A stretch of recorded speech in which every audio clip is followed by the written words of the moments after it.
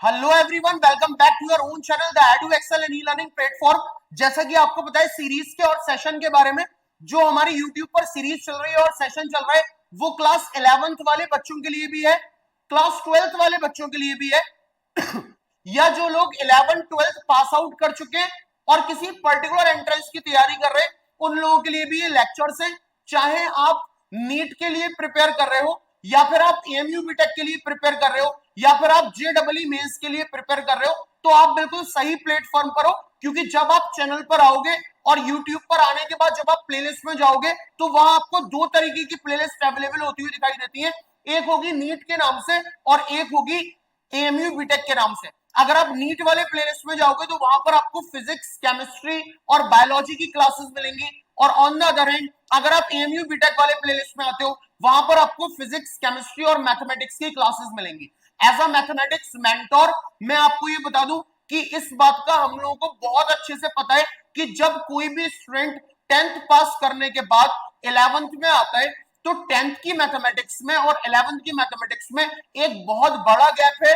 उस गैप को कैसे फिल करना है, कैसे आपकी फाउंडेशन पे काम करना है, क्योंकि जितनी स्ट्रॉन्ग फाउंडेशन होगी उतनी ही स्ट्रॉन्ग आप वहां पर बिल्डिंग तैयार कर सकते हो, यानी किसी भी पर्टिकुलर एंट्रेंस को क्रैक कर सकते हो। तो we work on foundation because we believe on foundation. Okay, तो फाउंडेशन पर ही काम चल रहा है। दो स्लॉट्स में क्लासेस चल रही हैं। 11th की क्लासेस मैथ्स की अगर मैं बात करूं तो 11th में मैथ्स का जितना भी सिलेबस है वो भी आपका यूट्यूब पर डेली एक क्लास अपलोड होती है। हमने लास्ट वीक से 12th भी स्टार्ट कर दिया है। 12th की भी अब आपको डेली क्लासेस यूट्यूब पर मिले करेंगी। अगर मैं बात करूं 12th की तो हमने मैट्रिसेस चैप्टर से स्टार्ट किया था। हमारा 7 लेक्चर्स में लगभग यानी 7 दिन में मैट्रिसेस चैप्टर 12th क्लास का basic to advance level complete हो चुका है। जहां हमने बहुत बेसिक से शुरू करा था और एडवांस लेवल तक के क्वेश्चन देखे। अब हमने चैप्टर स्टार्ट करा डिटरमिनेंट, जो छोटा चैप्टर है। We need only 2 lectures to cover this topic. कल डिटरमिनेंट हम लोगों ने स्टार्ट किया था और उसमें लेक्चर नंबर 1 में आपको पढ़ा चुका हूं। आज है हमारा डिटरमिनेंट का लेक्चर नंबर 2, पार्ट नंबर 2, जिसमें हम बात करेंगे क्रेमर्स रूल के बारे में और बहुत सारे क्वेश्चंस जो एनडीए के लिए भी यूजफुल है और 12th बोर्ड्स के लिए भी यूजफुल है। तो स्टार्ट करने से पहले थोड़ा सा मैं अपने बारे में बता दूं। I am your mathematics mentor at this particular platform. मैंने diploma in mechanical engineering pass out किया हुआ है from Aligarh Muslim university. I am graduated from the institution of engineers India. मैं चार्टर्ड इंजीनियर भी हूं और मैं एसोसिएट मेंबर भी हूं from the institution of engineers India. मेरे बारे में और जानने के लिए you can search me on Google as well as on YouTube as the best teacher of the quantitative aptitude in Aligarh. वहां पर आपको मेरे बारे में फर्दर इंफॉर्मेशन मिल जाएगी। तो टाइम को वेस्ट ना करते हुए हम स्टार्ट करते हैं हमारा क्लास 12th का टॉपिक डिटरमिनेंट, जिसका पार्ट नंबर 2 है और आज लास्ट पार्ट है डिटरमिनेंट का हमारा। आज डिटरमिनेंट चैप्टर भी यानी क्लास 12th के 2 चैप्टर हमारे कंप्लीट हो जाएंगे जब हम ये topic Cramer's rule cover up कर लेंगे। तो बेटा मैं स्टार्ट करता हूं। क्रेमर्स रूल क्या है? क्रेमर्स रूल के बारे में मैं आपको बता दूं। To solve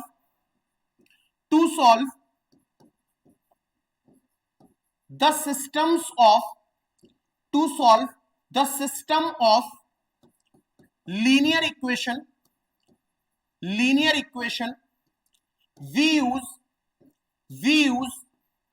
Cramer's rule. ठीक है, अगर मैं आपको लीनियर इक्वेशन दे देता हूं तो उस लीनियर इक्वेशन को सॉल्व आप वैसे भी कर सकते हो। आपके पास सब्स्टिट्यूशन मेथड है, आपके पास एलिमिनेशन मेथड है, आपके पास क्रॉस मल्टीप्लिकेशन मेथड है, लेकिन एक मेथड और हमारे पास है that is called Cramer's rule, जिसको हम क्रेमर्स रूल के नाम से जानते हैं। जरूरी है, हमारे सिलेबस का पार्ट है। 12th बोर्ड में 6 मार्क का सवाल या 4 मार्कर आपको यहां से मिलता है और एनडीए में भी इस पर सवाल आए, जेडब्ल्यू मेंस में भी सवाल आए, वो भी हम देखने वाले हैं। लेकिन पहले जैसा मैंने बताया फाउंडेशन स्ट्रांग होनी चाहिए, तो पहले मैं क्रेमर्स रूल क्या होता है वो आपको समझाता हूं। ओके, तो बेटा क्रेमर्स रूल को समझने के लिए लेट अस कंसीडर, मैं 3 इक्वेशंस ले लेता हूं। Let a1x plus b2y plus c3z is equals to d1।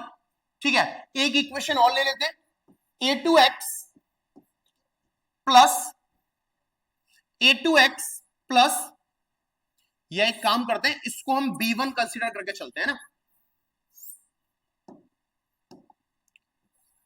A1x plus B1y plus C1z is equals to D1 and A2x plus B2y plus C2z is equals to D2 and A3x plus B3y plus C3z is equals to D3। अगर हमारे पास ये तीन equations हैं या system of equations हैं तो Cramer rule क्या बोलता है, we have to find the value of X Y and Z. ठीक है, we have to find the value of x, y, z। मुझे अल्टीमेटली x y z चाहिए।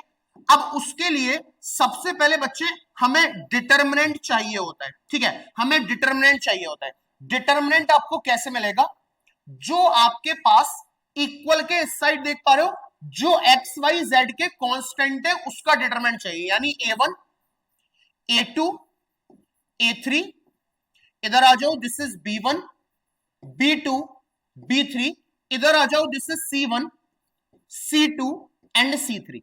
पहला काम आपको डिटरमिनेंट निकालना है। ठीक है, you have to find the value of capital D. What is capital D, जो हमारे एक्स वाई जेड के कांस्टेंट है उनसे हम डिटरमिनेंट सॉल्व करेंगे, that is A1 A2 A3 B1 B2 B3 C1 C2 C3। Okay, उसके बाद आपको dx निकालना है।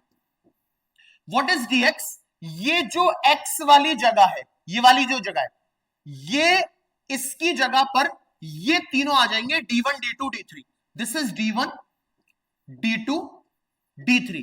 बाकी दोनों कॉलम एज इट इज रहने वाले हैं, that is B1 B2 B3 and C1 C2 C3। ये आ गया हमारा dx। ठीक है, इसी तरीके से जब आप dy निकालोगे तो dy में ये हमारा y वाला ब्लॉक है, मतलब ये जो बीच वाला B1 B2 B3 है, इसकी जगह पर D1 D2 D3 आ जाएंगे और ये दोनों कॉलम एज इट इज रहेंगे, यानी A1 A2 A3 A1 A2 A3 as it is रहेगा, C1 C2 C3 भी एज इट इज रहेगा। बस बीच में यहां B1 B2 B3 की जगह आप D1 D2 D3 उठा करके डाल दोगे, this is D1 D2 and D3, this is the value of dy। ठीक है, अब जब मैंने dx निकाला तो मैंने x वाली जगह D1 D2 D3 डाले, जब मैंने dy निकाला तो मैंने D1 D2 D3 y वाली जगह पर डाले। तो जाहिर सी बात है, जब मैं आपसे dz निकालने के लिए कहूंगा तो ये दोनों कॉलम आप एक से रखोगे, यानी अगर मैं मार्कर चेंज करूं तो आप बोलोगे सर A1 A2 A3 और B1 B2 B3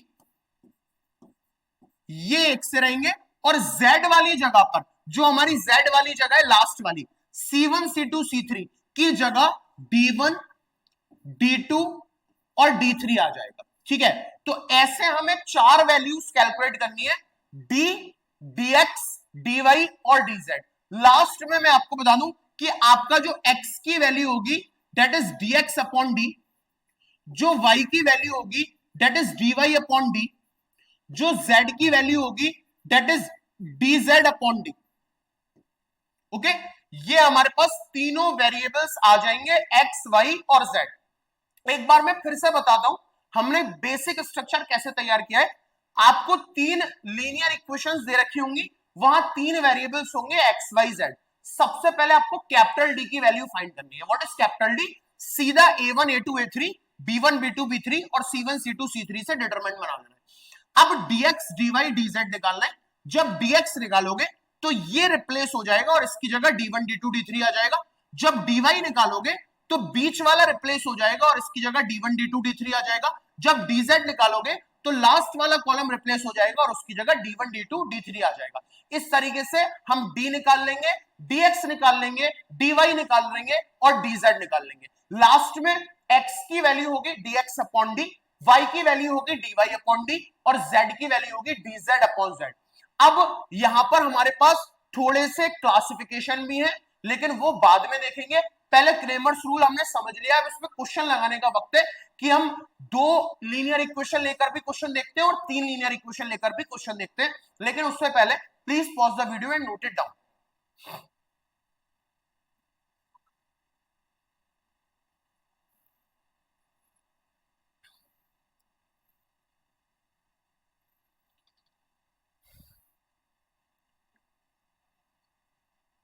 बहुत बेसिक एग्जांपल से शुरू करेंगे।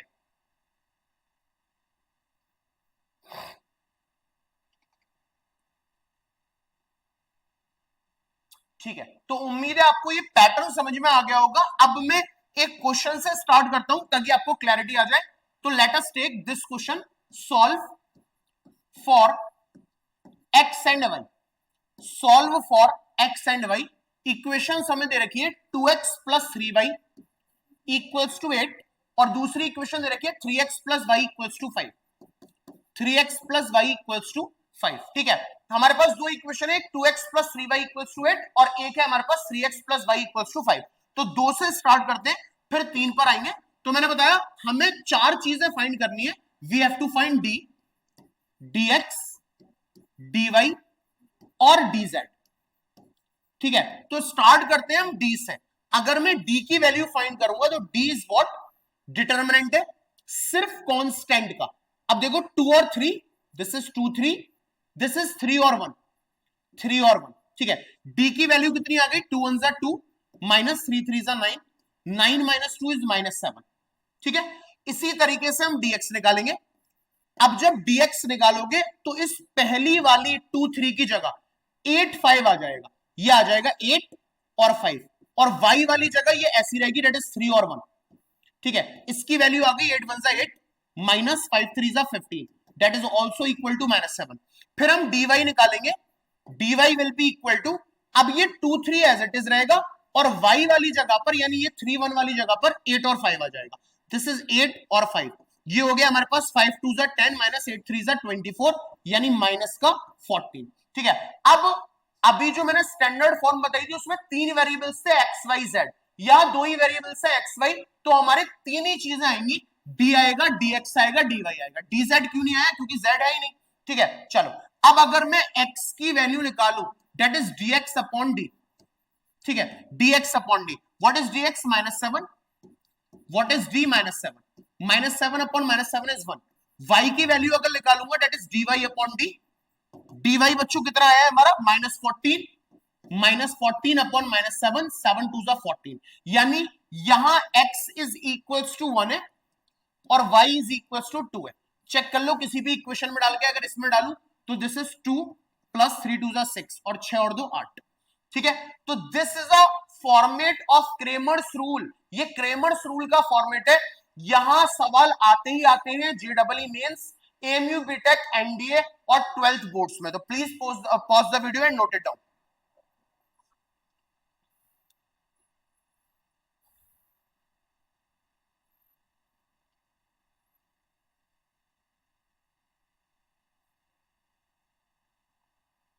चलो अब 3 का लेते हैं, जहां पर एक्स वाई जेड तीनों हो। ठीक है, उसका भी देख लेते हैं क्या होगा।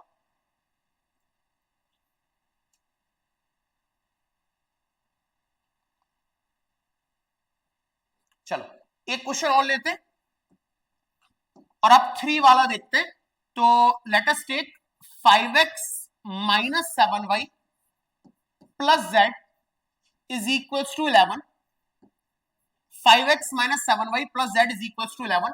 6x minus 8y minus Z is equals to 15 and 3x plus 2y minus 6z is equals to 7।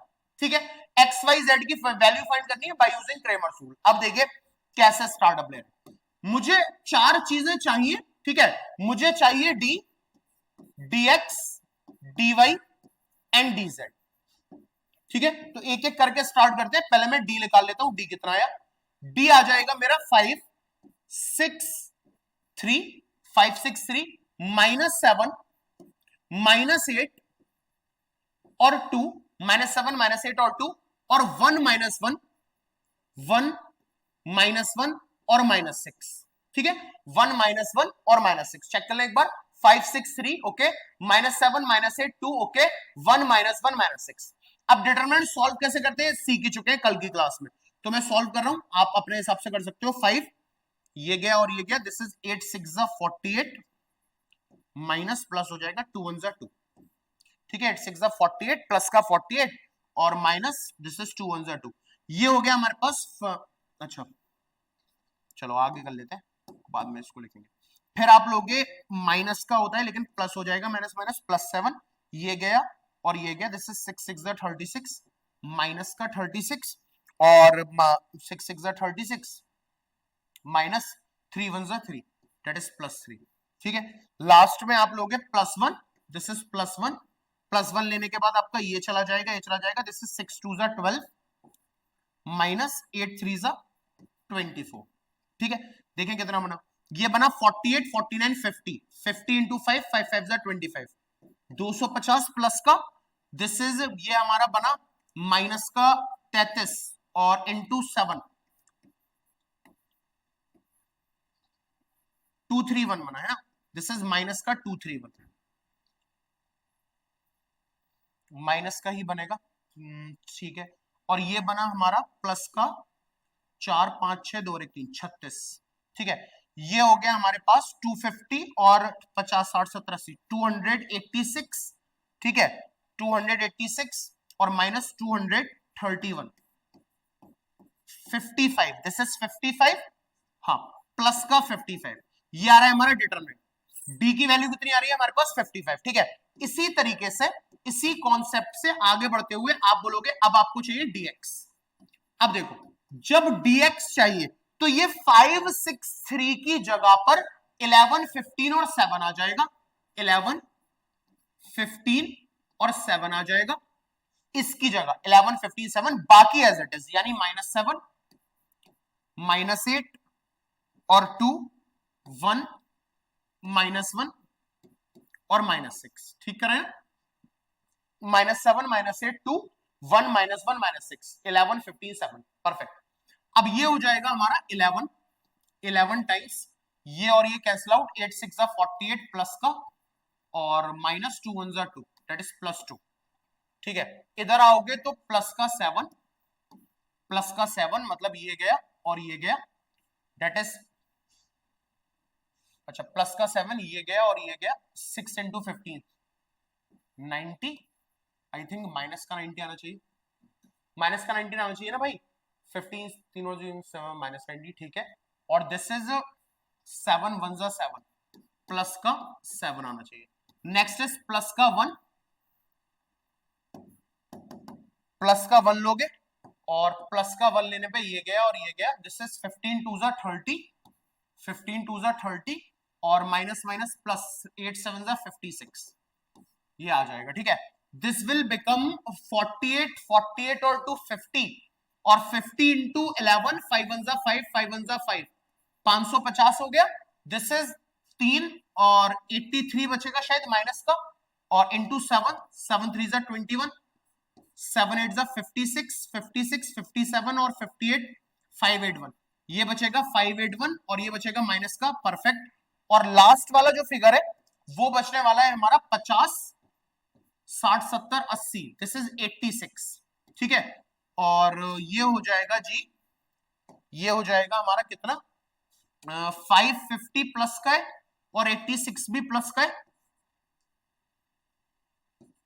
636 minus 581 555 बच रहा है, ये भी शायद 8 9 10 11 12 13, हाँ परफेक्ट 55 बच रहा है प्लस का 55, ओ dx की वैल्यू भी प्लस का 55 आ रही है, देख पा रहे हो, dx की वैल्यू भी हमारी प्लस का 55 आ रही है। इसी तरीके से dy फाइंड करोगे, देखो पहला सवाल है ऐसा, इस वजह से मैं करके दिखा रहा हूं पूरा सॉल्व, वरना आपको डिटरमिनेंट सॉल्व करना आता है, लेकिन क्योंकि अभी मैं पहली बार ही पढ़ा रहा हूं उसको, तो इसलिए सॉल्व कर रहा हूं, आपके लिए भी जरूरी है। अब dy का मतलब 563 एज इट इज रहने वाला है, 563 एज इट इज रहने वाला है, ठीक है। ये बीच वाला रिप्लेस हो जाएगा किससे, 11 15 और 7 से, 11 15 और 7 से, ठीक है। और लास्ट वाला 1 -1 -6 ये भी सेम रहेगा, 1 -1 -6, इसकी वैल्यू देखते हैं, तो मुझे लग रहा है रेड से लिखना चाहिए, ये हो जाएगा हमारे पास 5, ठीक है। 5 का मतलब ये गया ये गया ये गया और ये गया, ये हो जाएगा 6 5 30 माइनस का 90 माइनस 7 वन जा 7 प्लस 7, ठीक है। दिस विल बिकम माइनस का 11, माइनस का 11 मतलब ये गया 6 6 जा 36, माइनस का 36 और माइनस 3 वन जा 3, दैट इज प्लस का 3, ओके। उसके बाद हमारा आ जाएगा प्लस 1, प्लस 1 का मतलब हो जाएगा दिस गॉन, ठीक है। दिस इज 6 7 जा 42 माइनस 45, ठीक है ना। प्लस 1 में ये गया 6 7 जा 42 माइनस 45, सही है। अब ये हमारा जनरेट हो रहा है, आओ इसे चेक करते हैं। दिस इज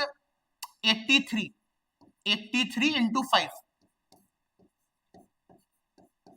415 निगेटिव का, माइनस का 415, ठीक है। और ये बनेगा हमारा 3, एक तो आंसर माइनस माइनस का प्लस में आएगा, ठीक है। दूसरा ये बनेगा 33 इंटू 11, 363, ये बनेगा हमारा 363, ठीक है। दिस इज व्हाट, माइनस का आएगा आंसर, माइनस का 3, दिस इज माइनस का 3, ठीक है। अब ये जी हमारा बन रहा है क्या, दिस इज 5 6 7 8 यानी 418 और 363, तो 8 माइनस 3 इज 5 और 8 minus 3 is 5, 11 minus 6 is also 5, 55, लेकिन ये 55 हमारा माइनस का आएगा, माइनस का 55, ठीक है। तो dy की वैल्यू आ रही है मेरे पास माइनस का 55 और आई थिंक dz भी हमारा ऐसे ही आने वाला है। तो लास्ट और देख लेते हैं, ठीक है। चलो dz और देख लेते हैं, लेकिन देखें कहां पर, ये हटा रहा हूं मैं, d की वैल्यू 55 आई है, इसको हटा रहा हूं, ठीक है। ये याद रखिएगा d इज 55, d हमारा 55 आया था, इसको हटा दे रहा हूं, d हमारा 55 आया था, इसको आप याद रखोगे कि the value of d will B equal to निकल करके आई है हमारे पास कितनी, 55, ठीक है। चलो इसी तरीके से देखोगे dz कैसे कैलकुलेट करेंगे, 563 एज इट इज रहेगा 563, ठीक है। और -7 -8 2, -7 -8 और 2, 563 -7 -8 2 एज इट इज रहेगा। इस जगह पर 11 15 और 7 आ जाएगा, 11 15 और 7 आ जाएगा, ठीक है। इसको देखते हैं क्या बना, तो ये बना हमारा 5, ठीक है। ये चला गया और ये चला गया, दिस इज 8 7 जा 56 माइनस का 56, 7 8 जा 56 माइनस 15 2 जा 30, देख पा रहे हो ना, ये गया 8 7 जा 56 माइनस 56 माइनस 15 2 जा 30, फिर माइनस माइनस हमारा प्लस हो जाएगा, प्लस 7, ये गया और ये गया, 7 6 जा 42, 7 6 जा 42 और 15 3 जा 45, माइनस का 45 ये बचा, और इधर हमारा रहेगा प्लस 11, प्लस 11 में ये गया और ये गया, 6 2 जा 12 प्लस 8 3 जा 24, 24, ठीक है। तो ये हमारा बन गया फाइनली, कितना हो गया जरा देखें, ये हो गया 5 6 7 8 6 8 माइनस का 86, 5 6 जा 30, 5 8 जा 40 और 430, माइनस का 430 मिलेगा, और दिस विल बिकम 5 में से हो गया 3 और 7 3 जा 21, माइनस का 21 मिलेगा, ठीक है। और ये हो गया हमारे पास 4 36 11 1 6 जा 6 3 1 6 जा 6 3 6 7 8 9 396, ये हो गया 396 और ये वैल्यू हमारी आएगी प्लस की, प्लस का 396। अब देखो जरा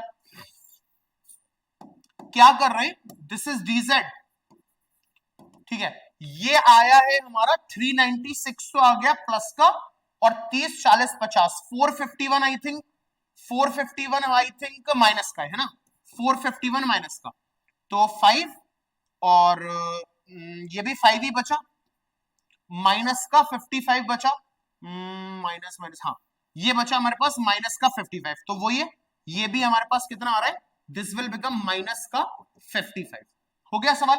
यानी x की वैल्यू होती है dx अपॉन d, तो dx हमारा कितना निकल के आया है, dx is what, dx is what 55, 55 upon 55, 55 upon 55 is equals to 1, y is equals to dy upon d, minus 55 upon 55 that is -1, z is equals to z भी minus 55 upon 51 that is -1, यानी x is equals to -1 है, x is equals to 1 है, y is equals to -1 है, और z is equals to -1 है। Check कर लो एक इसमें लगा के, तो ये हो गया 5 1 जा 5 प्लस का 7 और माइनस का 1, तो ये हो गया 7 8 9 10 11 12 माइनस 1 11, परफेक्ट, ठीक है। तो this is all about Cramer's rule, यही आपका क्रेमर्स रूल होता है। क्रेमर्स रूल में हमें डी चाहिए, dx चाहिए, dy चाहिए, dz चाहिए, फिर x is equal to dx upon D, y is equal to dy upon D and z is equal to dz upon D. उम्मीद है समझ में आ गया होगा। आगे देखते हैं कि किस तरीके के क्वेश्चन हमसे पूछे जाएंगे, ठीक है। जल्दी से इसको नोट करिए।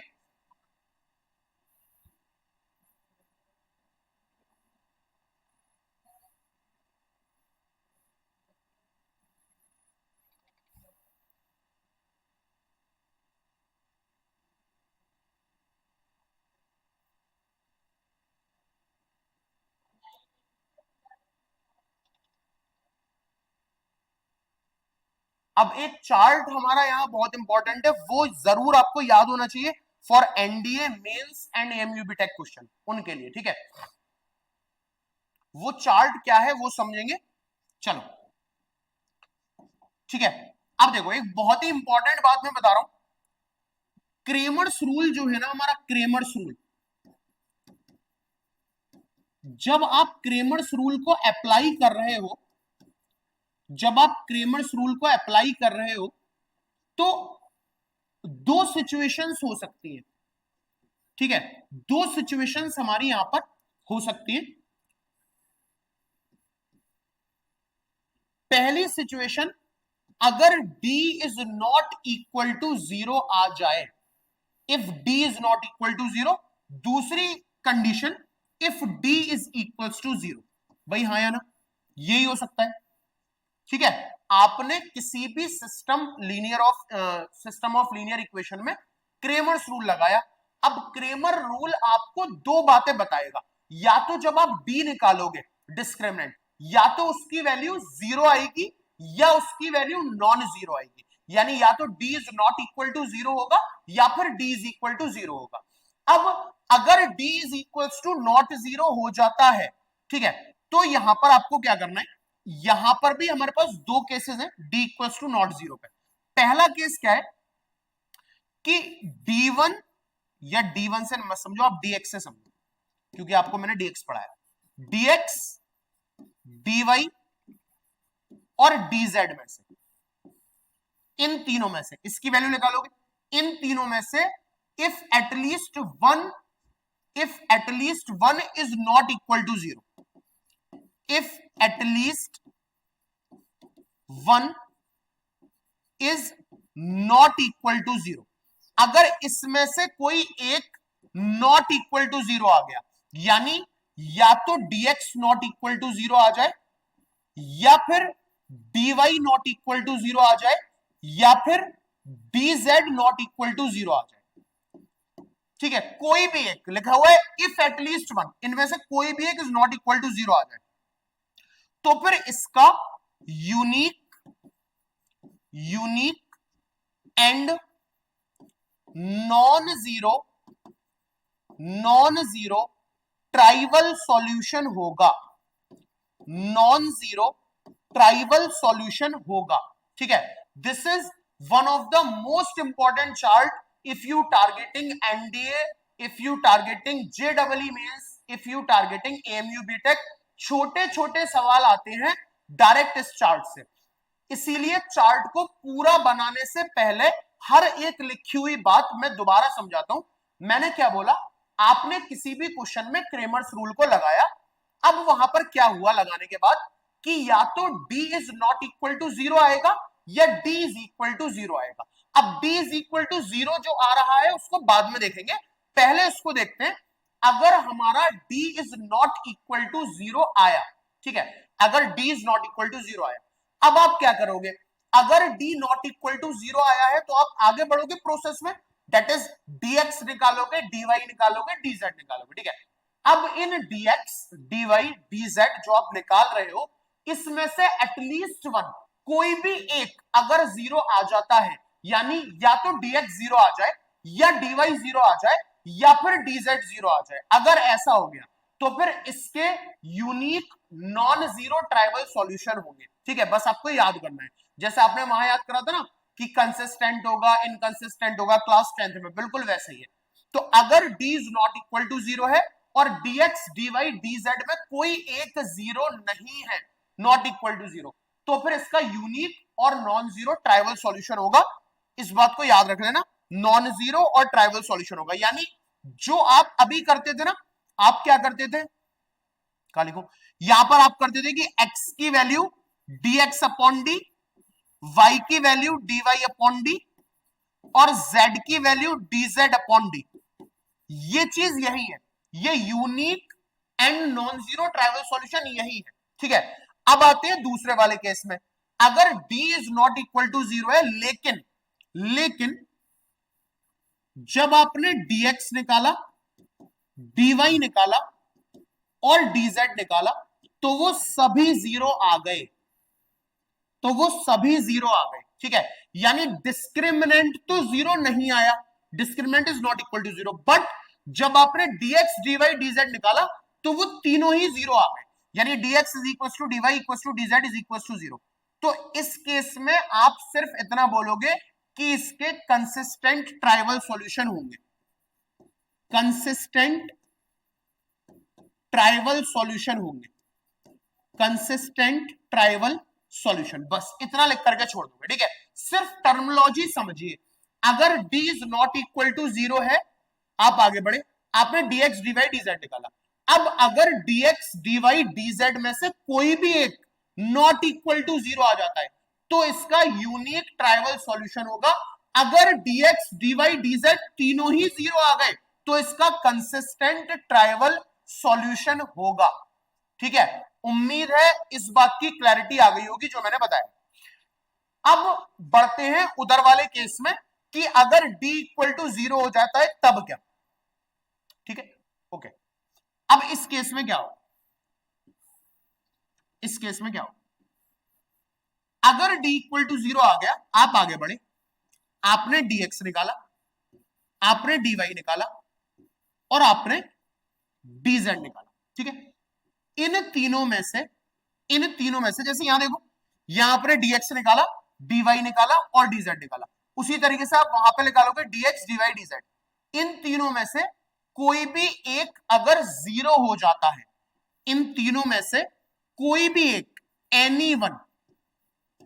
एनीवन इस जीरो, अगर इनमें से कोई भी जीरो हो जाता है, इसका जस्ट उल्टा था ये, यहां dx dy dz निकाल रहे थे और बोल रहे थे इन तीनों में से कोई भी एक अगर नॉट इक्वल टू जीरो हो जाता है, वहां बोल रहे हैं dx dy dz निकाला और उनमें से कोई भी एक अगर जीरो हो जाता है, तो उस केस में इसके इनफाइनाइट सॉल्यूशन होंगे, उस केस में इसके इनफाइनाइट सॉल्यूशन होंगे। ठीक है, उस केस में इसके इनफाइनाइट सॉल्यूशन होंगे। ठीक है, और चौथा केस होता है, चौथा केस और होता है इनकंसिस्टेंसी नो सॉल्यूशन का, तो वो हमारे मतलब सिलेबस का पार्ट है, आउट ऑफ कंटेंट है, ये केस आउट ऑफ कंटेंट है, तो मैं ये पढ़ा ही नहीं रहा, मैं इसको नहीं पढ़ा रहा, आप सिर्फ इसको देखो। आपने dx dy dz निकाला और उसको सॉल्व करा, अगर उसमें से कोई भी इक्वल टू जीरो आ गया तो उसके फिर इनफाइनाइट सॉल्यूशन होंगे। ठीक है, क्लियर है। तो ये चार्ट को आपको ध्यान में रखना है कि कब यूनिक सॉल्यूशन होगा, कब इनफाइनाइट सॉल्यूशन होगा, and one case is no solution of also, no solution का केस भी है, वो भी मैं आपको बताऊंगा, but please pause the video and note it down.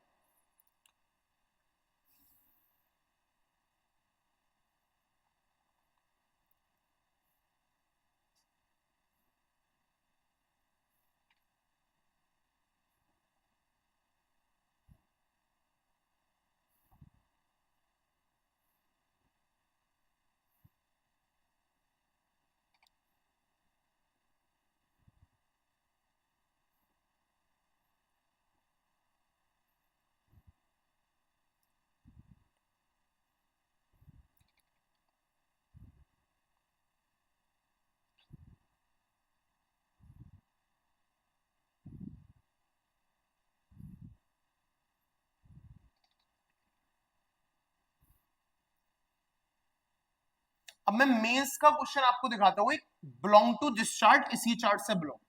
ठीक है, अब देखो क्वेश्चन है हमारा, क्वेश्चन है हमारा, आपको इक्वेशन दे रखा है lambda X plus 2y plus 2z is equal to 5 2 lambda x plus 3y plus 5z is equals to 8 और 4x plus lambda y plus 6z is equals to 10. ठीक है, for the system of equation check the correct option. अब option आपको क्या दे रखे हैं? Number 1 infinite solution, infinite solution when lambda is equals to 8. Option number B infinite solution,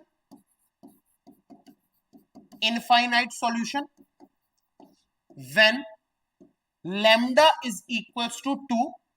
C no solution, no solution when lambda is equals to 8. और D no solution. मैंने बताया ना क्वेश्चन में ही नो सॉल्यूशन वाला case बताऊंगा, उसी में समझ में आ जाएगा. ठीक है, ये आपका 8 जन 2020 शिफ्ट 2 का सवाल है. 8 जन 2020 शिफ्ट 2 का सवाल है, JEE का शिफ्ट 2 का सवाल है, JEE का. अब देखो, आपको अगर ये चार्ट क्लियर है, जो कि मुझे पता है अभी पूरी तरीके से नहीं हुआ होगा क्योंकि नो सॉल्यूशन का मैंने लिखा ही नहीं है. क्यों नहीं लिखा उसकी वजह समझ में आ जाएगी. अभी आपको सिर्फ इतना समझ में आना चाहिए कि भाई क्रेमर रूल लगाया हमने डी निकालने के लिए. अब दो चीजें हैं, या तो डी इज इक्वल टू 0 होगा या D is not equal to 0 होगा. अब देखो बहुत ध्यान से समझो, अगर D is not equal to 0 है, D is not equal to 0, तो आप dx dy dz ये निकालोगे. इन तीनों में से कोई एक भी अगर नॉट इक्वल टू 0 आ जाता है, तीनों में से कोई एक भी अगर नॉट इक्वल टू 0 आ जाता है, तो इस केस में यूनिक नॉन ट्राइवल सॉल्यूशन होंगे. अब इसी का दूसरा पार्ट देखो जो उल्टा है. आपने सॉल्व करा और d इक्वल टू 0 आया. अब आपने dx dy dz निकाला. अगर उन तीनों में से कोई भी एक 0 हो जाता है तो इसका इनफाइनाइट सॉल्यूशन होगा. ठीक है, एक केस हमारा ये कि d is not equal to 0, dx is equal to dy equal to dz equal to 0, इस पे कंसिस्टेंट ट्राइवल सॉल्यूशन होगा. नो सॉल्यूशन अभी नहीं पता है, आगे समझ में आ जाएगा क्वेश्चन में. अब क्वेश्चन देखो जरा क्या है, क्वेश्चन देखो जरा क्या है. ये क्वेश्चन JEE मेंस शिफ्ट 2 का है, 8th जन 2020. हमें सिस्टम ऑफ लीनियर इक्वेशन दे रखे हैं ये तीन. Lambda x plus 2y plus 2z equal to 5, 2 lambda x plus 3y plus 5z equal to 8, 4x plus lambda y plus 6z is equal to 10. अब देखो, आपको बताना है कि इस सिस्टम का इनफाइनाइट सॉल्यूशन होगा या फिर नो सॉल्यूशन होगा और लैम्डा की किस वैल्यू पे. तो ऑप्शन देख के एक बात तो क्लैरिटी आ रही है कि या तो लैम्डा इक्वल टू 8 होना है या लैम्डा इक्वल टू 2 होना है. दूसरी बात ये देखनी है कि इनफाइनाइट सॉल्यूशन होगा या फिर इसका नो सॉल्यूशन होगा. तो सबसे पहले we have to find the value of D. ये सबसे इंपॉर्टेंट है कि पहले हमें डी की वैल्यू निकालनी पड़ेगी. अब देखो, अगर मैं सारा खेल इस डी की वैल्यू पे ही तो है, इस डी की वैल्यू पे ही तो है, वो क्या है? लैम्डा 2 लैम्डा 4, लैम्डा 2 लैम्डा और 4. एक्स के वो ले रहा हूं मैं कोफिशिएंट, लैम्डा 2 लैम्डा 4, 2 3 और लैम्डा 2 3 और लैम्डा, ये ले लिया 2 3 लैम्डा, 2 5 और 6, 2 5 और 6. बहुत ध्यान से समझेंगे. मैंने क्या किया है, मैंने एक्स वाई जेड के कोफिशिएंट को लिया है लैम्डा 2 लैम्डा 4, 2 3 और लैम्डा 2 5 और 6. लेट अस कैलकुलेट क्या आता है.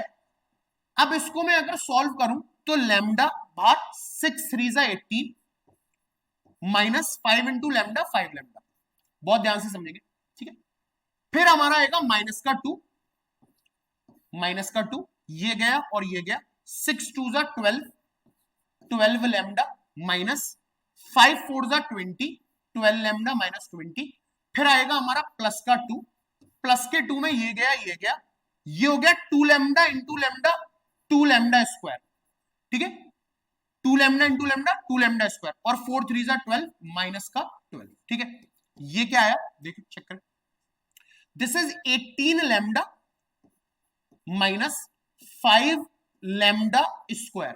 ठीक है, दिस इज माइनस का 12 2 24, दिस इज माइनस का माइनस का 12 टू जा 24 लैम्डा और प्लस का 2 टू जा 4 40, ठीक है, प्लस 2 टू जा 4 लैम्डा स्क्वायर, ओके, और माइनस का 24, ठीक। इसको देखें, ये क्या आया, ये बन गया हमारे पास, इसको अगर देखोगे तो माइनस का 5 लैम्डा स्क्वायर और 4 लैम्डा स्क्वायर माइनस का लैम्डा स्क्वायर, ठीक है, और दिस इज तो क्या 18 लैम्डा और माइनस का 24 लैम्डा, ठीक है, दैट इज 6 18 माइनस का बनेगा माइनस का 6 लैम्डा, ठीक है, ओके, और ये बन गया 16, माइनस का 16 क्यों होगा प्लस का 16, ये आ गया, ठीक है, इतना समझ लो। ये सबसे पहले हमारे पास आ गई b की वैल्यू किस तरीके से आई है, अब आगे बात करते हैं इसमें, ठीक है।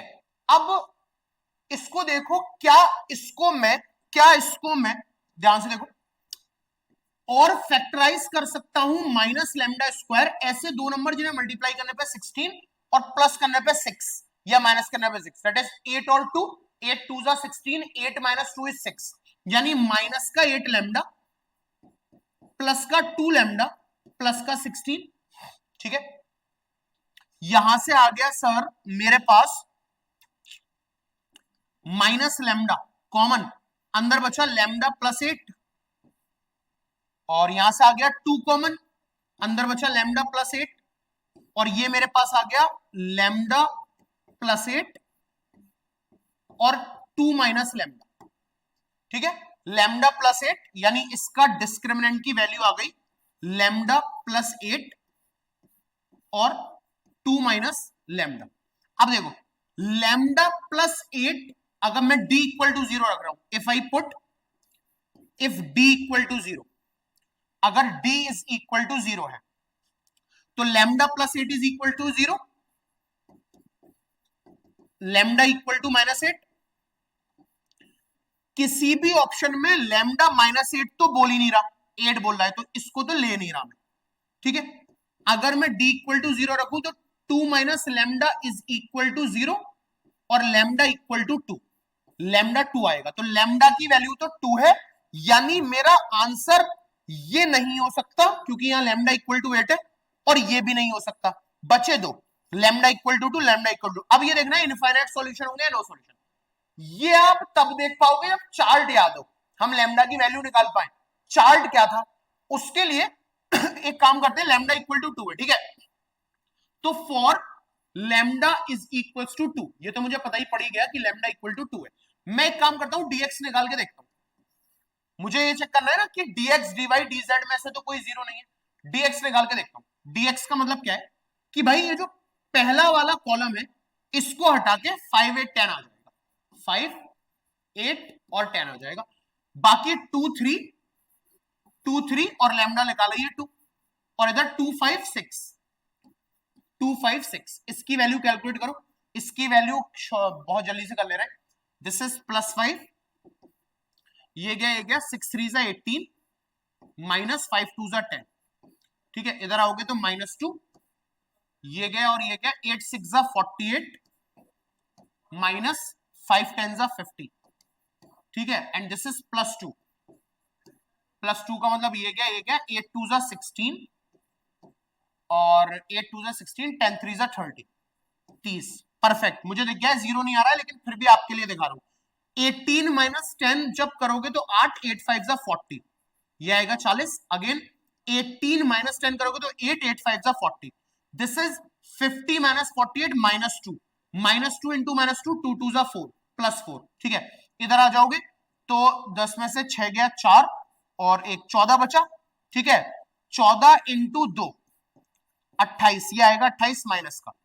28, तो ये आ गया तुम्हारा 44 माइनस 28, यानी जो भी आ रहा है मेरा कितना आ रहा है 40, और 8 में से 4 गया 6 और 2, 8 में से 4 गया 4 बचेगा ना 4 24 6 16 16 आ रहा है, 16 आ रहा है, 16, ये आ रहा है हमारा 16, ठीक है, ये आ रहा है हमारा 16। यानी अब देखो dx की जो वैल्यू है ना is not equal to 0, dx की वैल्यू 0 नहीं है। अब मैं आपको केस याद दिलाता हूं, क्या भाई d इज इक्वल टू 0 तो है, यानी जो d आया ना मेरा d, ये जो d आया ये तो मेरा 0 है, ठीक है, d मेरा अगर 0 है तो इसके पास तो आऊंगा नहीं है, इधर आना पड़ेगा, d इक्वल टू 0 है मेरा, ठीक है, dx dy dz में कोई भी एक अगर 0 हो जाता है तब इनफाइनाइट सॉल्यूशन होंगे, तब इनफाइनाइट सॉल्यूशन होंगे। मैंने बोला था ना ये तुम्हारा आउट ऑफ कंटेंट है, नो सॉल्यूशन वाला, तब बताऊंगा जब क्वेश्चन करूंगा। ये आप हमारा यह है कि dx या dy या dz अगर इसमें से कोई भी इज नॉट इक्वल टू 0 आ जाता है देन नो सॉल्यूशन, तब नो सॉल्यूशन होगा, ठीक है। d इक्वल टू 0 आया, अगर इन तीनों में से कोई भी एक 0 आ गया तब तो इनफाइनाइट, अगर इन तीनों में से कोई एक नॉट इक्वल टू 0 आया तो no solution. Now we have to mark on this no solution, क्योंकि भाई ये हमारा dx is not equal to 0 है, जो नो सॉल्यूशन की कंडीशन है, तो लैम्डा इक्वल टू 2 पे नो सॉल्यूशन होगा। उम्मीद है अब वो चार्ट समझ में आ रहा होगा किस तरीके से कर रहे हैं। Please pause the video and note it down, फिर आगे बढ़ते हैं।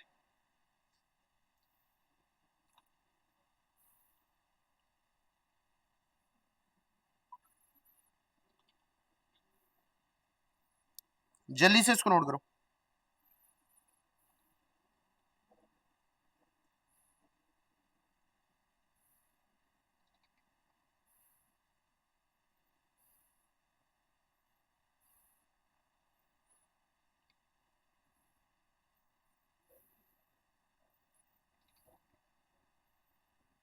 क्वेश्चन नंबर 3 पे आते, ठीक, क्वेश्चन नंबर 3 पे आते।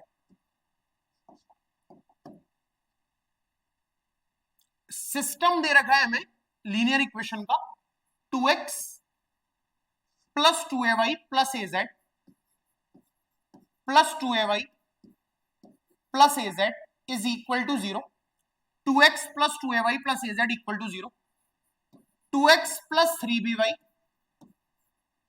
Plus bz equals to 0, okay, 2x plus 4cy 2x plus 4cy plus cz equals to 0, ठीक है। ABC belongs to real number, ABC belongs to real number, are non zero and distinct, यानी zero नहीं है और अलग अलग है, यानी तीनों अलग अलग, नॉन जीरो एंड डिस्टिंक्ट, ठीक है, non zero and distinct, have a non zero solution, has a non zero solution, और बोल रहे नॉन जीरो सॉल्यूशन है इसका, ठीक है। तो option number A 1 upon A comma 1 upon B comma 1 upon C are in AP, AP में होंगे। Option number D A comma B comma C are in AP, ये एपी में होंगे। Option number C A B C ये GP में होंगे, या option number D A plus B plus C is equal to 0 होगा, ठीक है। ये क्वेश्चन है हमारा, इस क्वेश्चन को देखेंगे, पढ़ेंगे और समझेंगे कि क्या बोल रहा है। अब देखो, अगर इनको बहुत ध्यान से तुम देख पा रहे होगे तो ये है कि is equal to 0 is equal to 0 is equal to 0, मतलब this system is homogeneous system. ये बात तो हमें दिख गई कि ये जो सिस्टम है वो होमोजीनियस सिस्टम है, ठीक है। जब भी हमें तीनों इक्वेशंस इज इक्वल टू 0 दिख रही है तो the system is homogeneous system. मतलब क्या है कि determinant is equal to 0, that is homogeneous system. What is homogeneous system is equal to 0 होना चाहिए, डिटरमिनेंट 0 के बराबर होगा, ठीक है। अब डिटर्मिनेंट अगर देखें तो दैट इज 2 2 2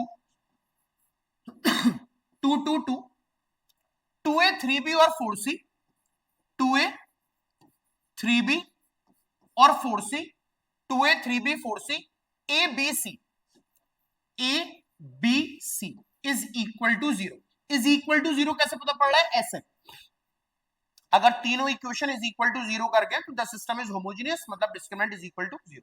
नाउ यहां कल एक डिटरमिनेंट की प्रॉपर्टी पढ़ी थी कि अगर कुछ कॉमन लेना होता है तो किसी भी कॉलम या किसी भी रो में से लेंगे। तो अगर मैं इस रो में से 2 को कॉमन ले लेता हूं तो ये ऐसा दिखने लगेगा 1 1 1, इसमें कोई चेंज नहीं आएगा, 2a 3b 4c, this is a b c is equal to 0। जो 2 कॉमन लिया था वो इधर आ गया होगा 0, कोई फर्क नहीं पड़ता। अब मैं कॉलम वाइज सॉल्व करता हूं, कॉलम वाइज, ठीक है। अगर मैं कॉलम वाइज सॉल्व करूं तो 1 ये गया और ये गया, this is 3bc minus 4bc, ठीक है। नेक्स्ट -1 ये लोगे तो ये गया और ये गया, this is 2ac minus 4ac +1 ये गया और ये गया, this is 2ab minus 3ab is equal to 0, ठीक है। नाउ दिस इज व्हाट बच्चों, 3bc माइनस 4bc मतलब माइनस का bc, this is what 4ac minus 2ac, minus 2ac into 1 that is plus 2ac, okay. And this is what 2ab minus 3ab minus ab equal to 0, यानी this will become ab plus bc is equal to 2ac, ab plus bc is equal to 2ac। और ये अगर ab plus bc is equal to 2ac है, इसका मतलब ये हुआ कि a b c ये तीनों हमारे HP में है, और अगर ये HP में है तो इनका रिवर्स AP में होगा, यानी 1/a 1/b 1/c हमारे AP में है। Option number A will be our required answer. याद रखिएगा तीनों सिस्टम अगर इक्वल टू 0 है तो द सिस्टम इज होमोजेनियस, मतलब डिस्क्रिमिनेंट इज इक्वल टू 0। उम्मीद है क्लैरिटी आ गई होगी। Please pause the video and note it down.